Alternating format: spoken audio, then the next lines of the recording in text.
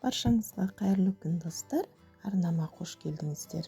Бүгін сіздерге осындай өте әдемі болып шығатын пончиктің рецептімен бөлісетін боламын.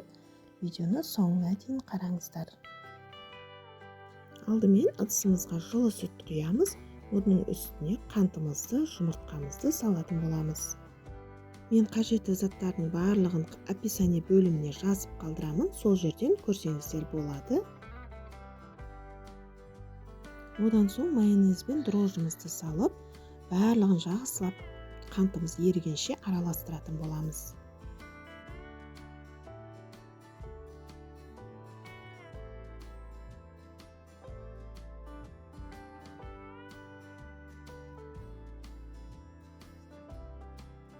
Мінекей қантымыз толық ерігеннен кейін ұнымызды осылай електен өткеріп салатын боламыз. Басында осылай венчиктің көмегімен жақсылап араластырып алатын боламыз.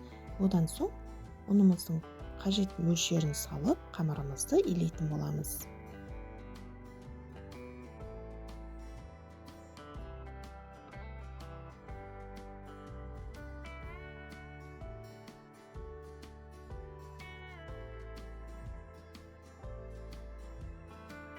Қамырымызды илеп болған соң осындай жұмсақтықта болады.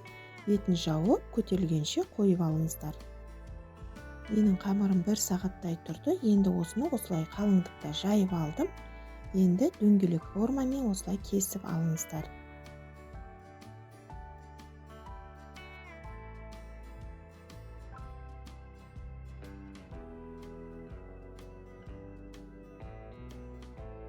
Барлығын осылай кесіп болған соң бетін жауып 5-10 минутқа көтерілгенше қойыңыздар.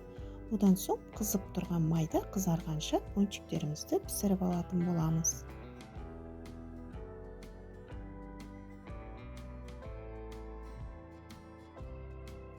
Майымыз осылай қызған кезде пончиктеріміз өте әдемі болып пісіп шығады. Енді кез келген қара шоколадымызды осылай ыстық суға салып, ертіп алатын боламыз.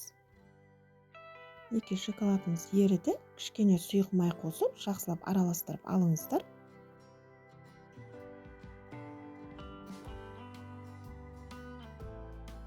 Енді қалауыңызша осылай шоколадқа басып алыңыздар, немесе қант ұнтағын бетіне сеуіп қойсаңыз да өте әдемі болып шығады.